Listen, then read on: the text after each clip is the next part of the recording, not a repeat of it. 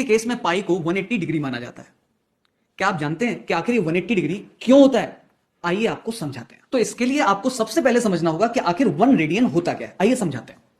देखिए, किसी भी सर्कल में उसकी रेडियस की लेंथ के बराबर अगर आर्क की लेंथ ले ली जाए, यानी कि रेडियस अगर आर है और आर्क की लेंथ भी आप आर ले लीजिए, तो ऐसा आर्क सेंटर पर कुछ एंगल बना रहा है। अभी आप ऐसे समझिए।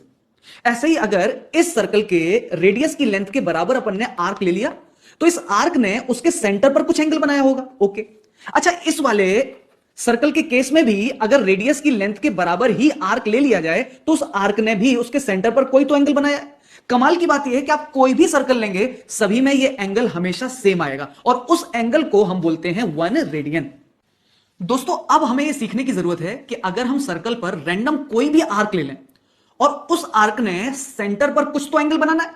आप मुझे बताइए, अगर मैं ये एंगल थीटा मानता हूं और इस आर्क की लेंथ को मैं थोड़ी देर के लिए एस मान लेता हूं, तो मुझे बताइए, जैसे जैसे मैं आर्क की लेंथ को बढ़ाना शुरू करूंगा, आप बताओ क्या ये थीटा बढ़ेगा या नहीं बढ़ेगा? बढ़ेगा।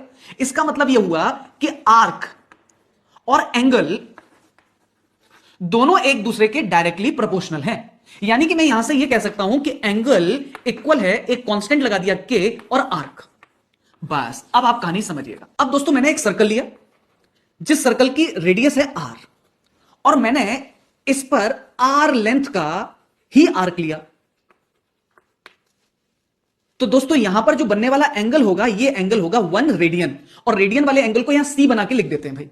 तो देखिए, एंगल हो गया है 1 रेडियन, इक्वल है के टाइम्स आर्क की लेंथ भी उस समय R. Make this equation as a first. अच्छा, अब मैंने क्या किया? मैंने इस आर्क की लेंथ को बढ़ाया, और बढ़ाते बढ़ाते बढ़ाते बढ़ाते बढ़ाते बढ़ाते ठीक आधे सर्कल पर ला करके छोड़ दिया। अब अगर आपको पता हो तो ये पूरा लेंथ होता है 2 पाई आर। ये हो गई लेंथ पाई आर आर्क की, और ये जो एंगल बना, ये एंगल बन गया 180 डिग्री अपनी लैंग्वेज में। तो यहां पर अब एंगल हो गया है 180 डिग्री, इक्वल में के टाइम्स और आर्क की जगह पर pi R. Make this equation as a second. बस, अब आप जरा डिवाइड मार दीजिए। मेरे कहने से आप सेकंड में फर्स्ट का जैसे ही डिवाइड लगाएंगे, तो देखिए 180 डिग्री सेकंड में लिखा हुआ है, अपॉन में हुआ 1 रेडियन, इज इक्वल टू यहां पर होगा के पाई आर और अपॉन में होगा के आर। दोस्तों, के आर से ये कैंसिल हो गया।